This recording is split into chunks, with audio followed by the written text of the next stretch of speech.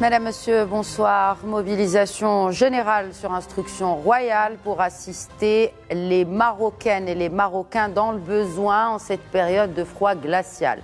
En tout, il s'agit d'une population de près d'1 million de citoyens, soit 872 000 personnes, dont 48 000 vivant dans la région d'Al Haouz, qui est d'ailleurs classée dans la zone rouge à haut risque.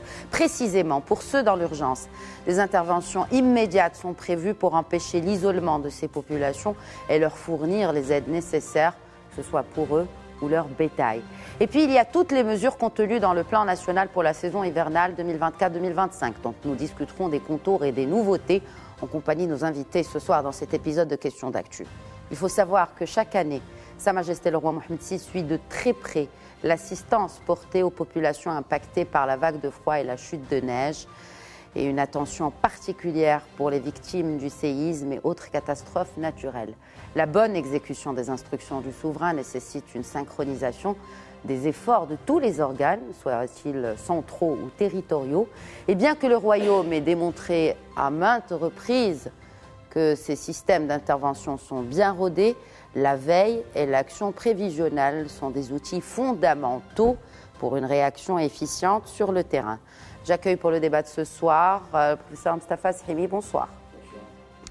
Également avec nous l'expert en sécurité, en stratégie, colonel Hassan Saoud. Bonsoir et bienvenue à vous également. Bonsoir madame. Je commencerai par vous justement, colonel Hassan Saoud. Vous étiez sur le terrain, Anfgou, dans la province de Khnifra à l'époque, qui est la province de Midelt aujourd'hui, hiver 2007. Oui, c'est une date importante qui vient évidemment à la suite d'une vague de froid, de la neige, qui a causé quand même 32 à 34 décès, dont beaucoup d'enfants et des vieilles femmes, dans une zone enclavée. Et ça a suscité un choc national qui a permis aux acteurs, surtout ici, de se rendre sur le lieu pour s'enquérir et puis apporter des solutions importantes. Pourquoi Anfgou est important? Parce que c'est un marqueur, parmi d'autres, que vous me permettrez de citer. C'est un marqueur en termes de gestion, de prévention des risques. Parce que Anfgou a changé beaucoup de paramètres en termes d'anticipation. Et vous avez également un marqueur important, c'est 2008, la visite royale, et le séjour à Anfgou même, dans une tente au milieu de cette bourgade et au milieu de la population. Et avec c'est cette photo ça de fait Sa partie Majesté des photos, évidemment. À l'époque, en 2008. Et imaginez-vous qu'est-ce que ça a créé comme enthousiasme. Les gens ont oublié les terribles décès qu'il y a eu et ils se sont réveillés, ils ont commencé à travailler dans l'urgence. C'est un indicateur important. Est-ce qu'on peut dire que c'est un déclencheur, colonel Saoud? Vous me l'avez arraché. Et c'était un déclencheur. Parmi les grands déclencheurs qui allaient se répercuter, faire créer une émulation à l'échelon national dans les zones reculées. Troisième marqueur, la création de la province de Midelt, avec toute cette proximité au sein de cette population. Et dernier déclencheur également, si vous voulez, la 14e session de la solidarité par la Fondation Mohammed V, qui est centrale dans ce dispositif qui a été délocalisé à Midelt. Tous ces éléments-là ont fait que dans toutes les régions du Maroc, on a bougé pour cette gestion de crise et cette gestion de risques et de catastrophes, évidemment, dans des organisations dont on pourra parler par certainement. Un mot aussi, un commentaire, Mostafa Sahimi, sur ce qu'a changé cette tragédie d'Anfgou dans la gestion des catastrophes dans notre pays, notamment, on ne peut pas parler de vagues de froid comme une catastrophe parce que c'est récurrent, notamment dans les zones montagneuses où il neige. Mais est-ce qu'aujourd'hui, donc près de 20 ans après, on peut dire que la gestion du froid et de la neige a atteint une certaine maturité, à même d'éviter le pire. Et le pire, bien évidemment, ce sont des décès. Je vais être nuancé, si vous le permettez. D'abord, 2007, dans Kung Fu, c'est encore prégnant dans la mémoire collective. Ça a été un traumatisme national. Il y a eu plus d'une quarantaine de victimes, dont des nouveau-nés, des vieux, etc. Et tout le monde a en mémoire, évidemment, cette situation exceptionnelle. Ce qui est aussi en mémoire, c'est, vous l'avez dit, c'est la sollicitude royale. Sollicitude royale sur place. Oui. Ça n'a pas été une gestion par le centre, ça a été une gestion de terrain avec un certain nombre de mesures. Et ça, c'est la politique de proximité du souverain qui est un marqueur de son règne, vous le savez. Mais plus encore, c'est l'expression de sa fibre sociale qui est authentique. Je crois que c'est important à relever. Ma réserve porte sur le fait que... D'ailleurs, il y a cet article de nos confrères de Tel Quel qui résume bien, n'est-ce pas, colonel Saouda Sishimi, Anfgo après le roi et le froid. Précisément, sur la base de ce titre-là, je voulais formuler une réserve. C'est qu'on n'a pas eu ensuite une politique nationale contre le froid. Je vais vous donner un exemple. Ce n'est qu'en 2024 qu'il y a eu un plan national pour la période contre le froid 2024-2025. C'est-à-dire que pendant 17 ans après Kung Fu, on a fonctionné de manière ponctuelle suivant les situations de froid. Or, les problèmes du froid, vous l'avez dit, sont récurrents. Vous savez, dans le vocabulaire de la presse, on appelle ça des marronniers. C'est la rentrée scolaire, c'est la loi de finances, c'est des choses qui reviennent tous les ans dans la presse, vous le savez, on appelle ça des marronniers. Bien, nous avons hélas un marronnier qui est celui des victimes et des dégâts du froid auprès des populations. Et quelles populations? C'est les populations enclavées, déshéritées, qui sont dans des zones montagneuses souvent, etc. Et il y a une géographie intéressante à établir pour savoir quelles sont les zones de froid récurrentes. Il n'y a pas de zone de froid à Oujda ou à Tanger ou à Casablanca ou à Rabat. Bon, il y a du froid, mais ce n'est pas les dégâts, ce n'est pas l'intensité du froid, donc il y a dans des régions montagneuses, notamment le Moyen Atlas. Donc ça, c'est un élément de décision de politique publique. Deuxième observation, on n'a pas mis au point, me semble-t-il, une boîte à outils. Elle existe au niveau national par un certain nombre de mesures qui sont prises par le gouvernement sous la houlette du département de l'Intérieur parce que c'est le plus qualifié. C'est le département territorial. C'est tout à fait normal. Coordonnateur parce qu'il est territorial et donc il a les structures locales et régionales, tout ça. En revanche, ce qui manque, c'est au-delà des dispositifs régionaux qu'il y a dans certaines provinces et préfectures, il manque des éléments réactifs, rapides, quand il y a des situations de froid. Nous avons des éléments. Je me suis intéressé à la politique de froid à titre comparatif. Il y a un corpus, il y a des moyens d'action qui se déclinent en plusieurs points. Au Maroc ou ailleurs, par exemple, l'aide aux populations vulnérables, évidemment, avec des centres d'hébergement, avec distribution des aides, de soutien aux personnes âgées. Deuxième élément, le renforcement des infrastructures, c'est le deuxième point.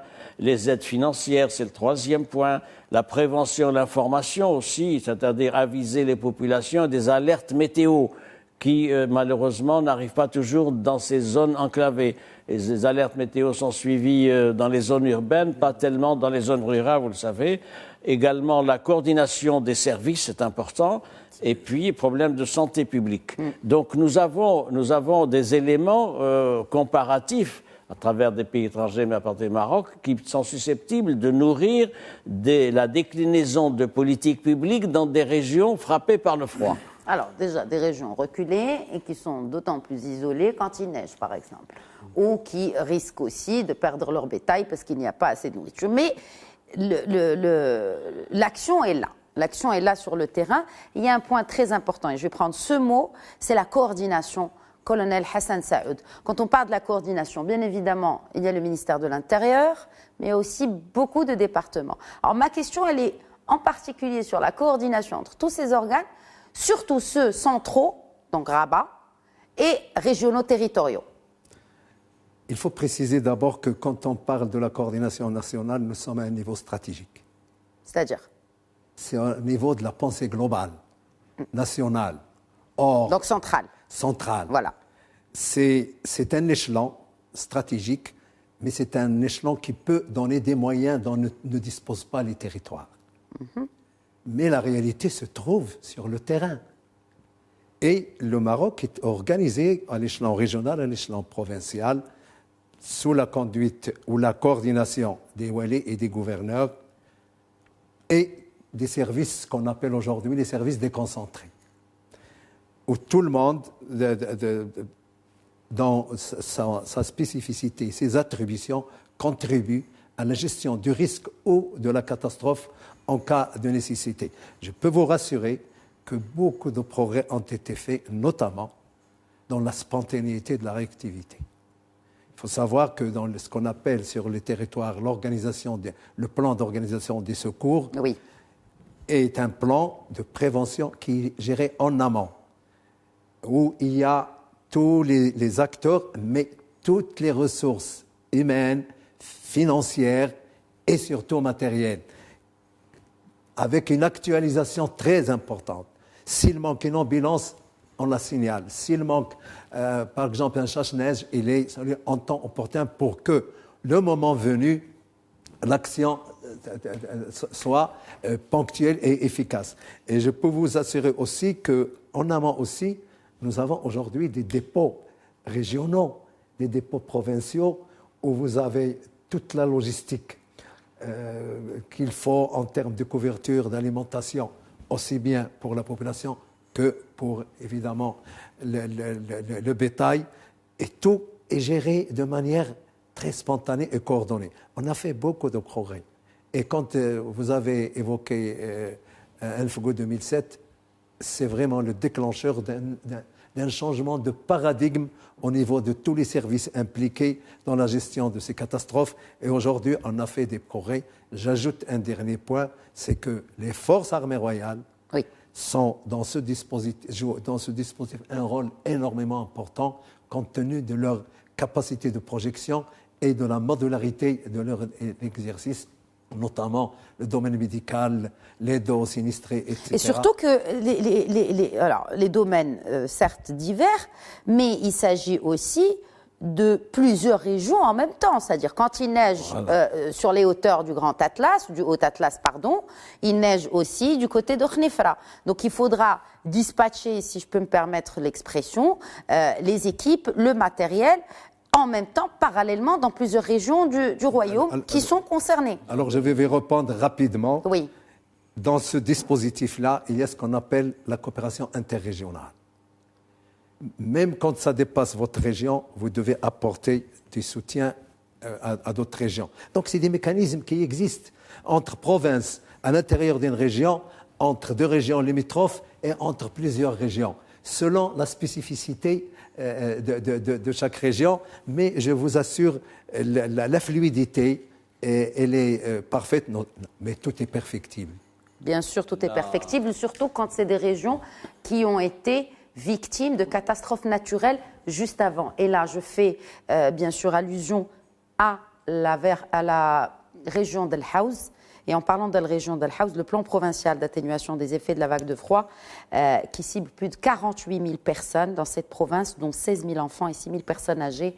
Un point en particulier, ou une motion spéciale plutôt, sur l'intervention dans cette région qui est déjà meurtrie par un séisme dont on connaît bien sûr les dégâts. C'est vrai. La difficulté méthodologique pour les décideurs et pour donc la coordination ministérielle qui est assurée par le ministère de l'Intérieur, c'est qu'on ne peut pas opérer de manière préventive, savoir par avance quels sont les périmètres où il y aura des problèmes de froid.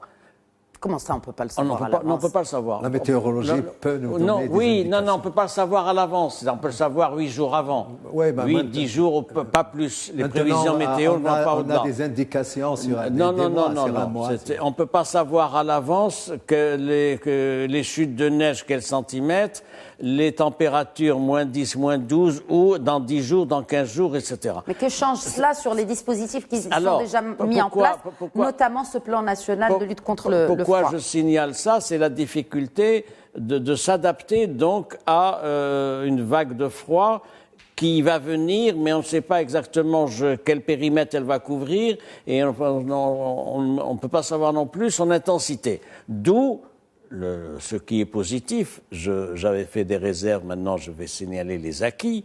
Le plan national de lutte contre le froid qui a été défini au début 2024 et qui couvre la période 2024-2025.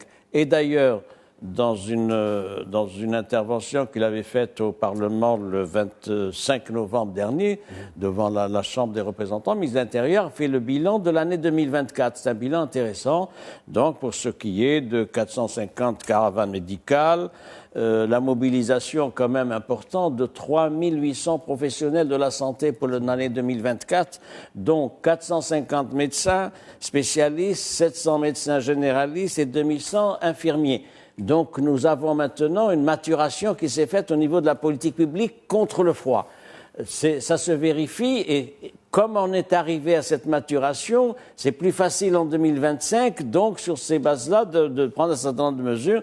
Ce qui a été annoncé suite aux instructions royales, vous le savez, un plan national qui intéresse 185 douars, 870 000 habitants, c'est extrêmement important, 170 000 ménages, 2000 douars, c'était... c'est pas 165, ce sont 2000 douars qui relèvent de 241 communes territoriales. Donc c'est important, donc c'est un grand programme pour 2025.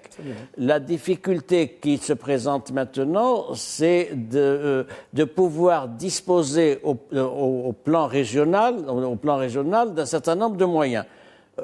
Ressources humaines, moyens techniques, aide aux populations, etc. Vous savez, il faut quand même rappeler l'impact du froid.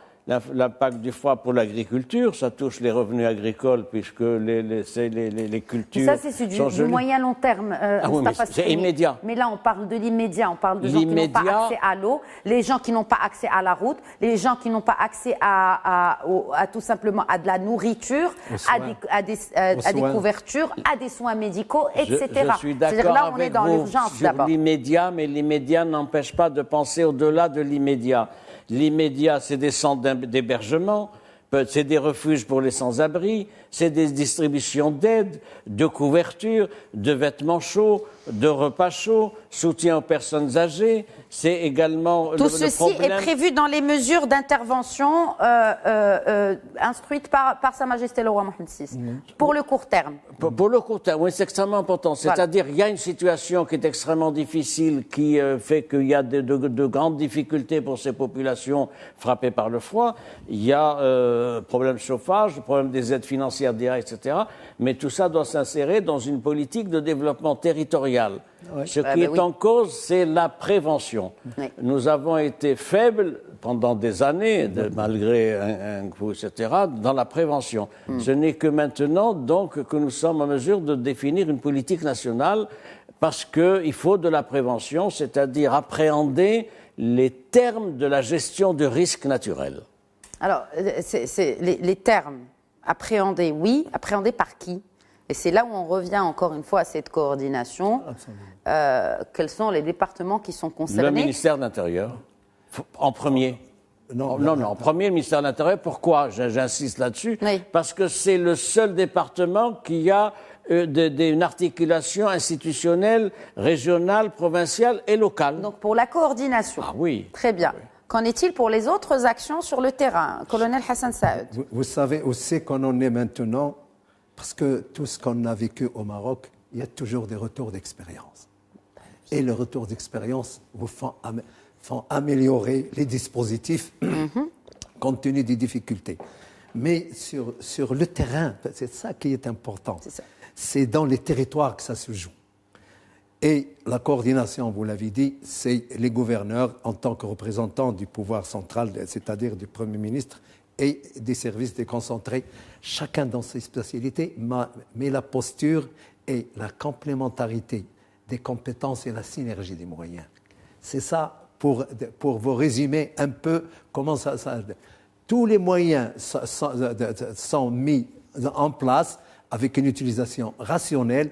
Gouvernance sur l'utilisation, parce que là, on a vu les cas, quand même, pour la gestion malheureusement.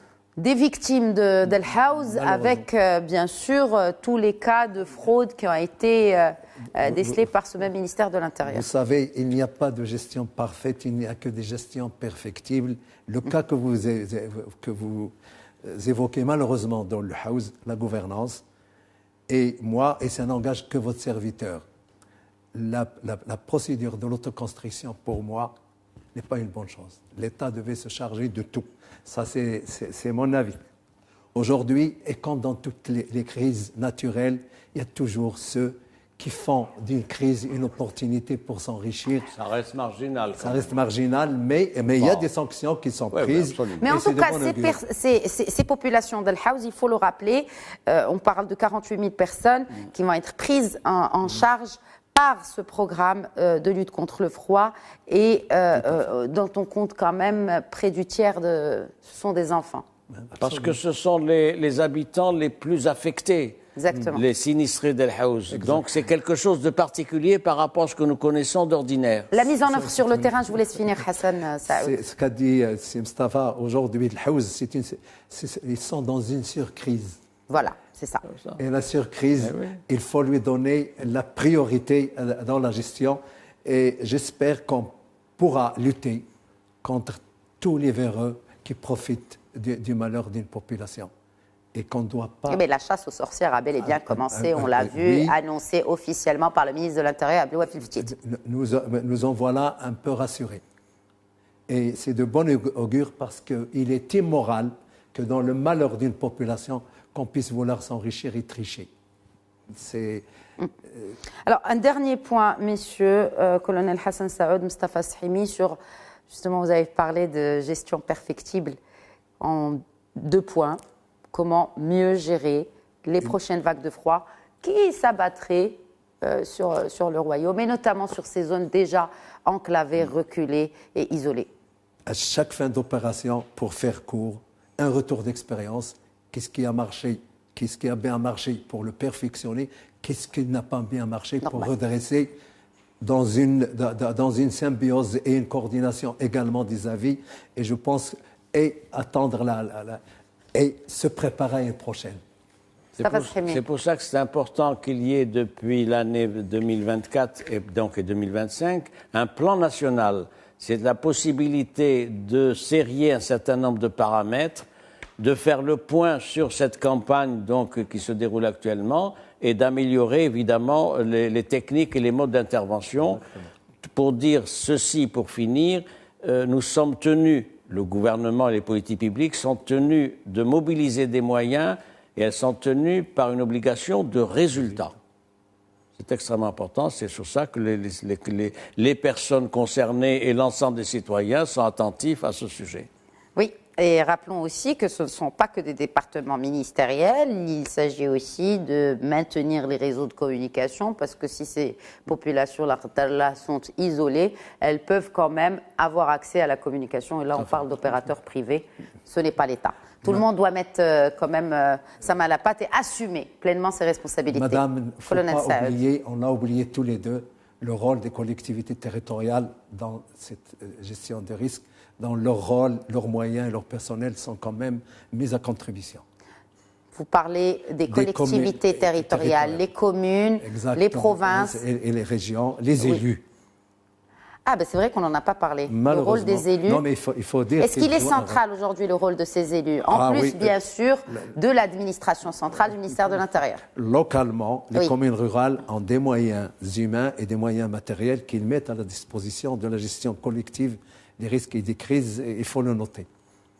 D'où l'intérêt d'un audit national. Voilà. C'est ce qui est fait aujourd'hui, puisque maintenant, c'est un plan national avec un centre de pilotage au niveau du département de l'Intérieur et des centres régionaux au niveau des provinces et des préfectures. Merci beaucoup, Mustafa Sahimi. Merci à vous. Merci, colonel Hassan Saoud. C'est moi qui me remercie. Toujours un plaisir de vous accueillir sur ce plateau. Merci à vous de nous avoir suivis.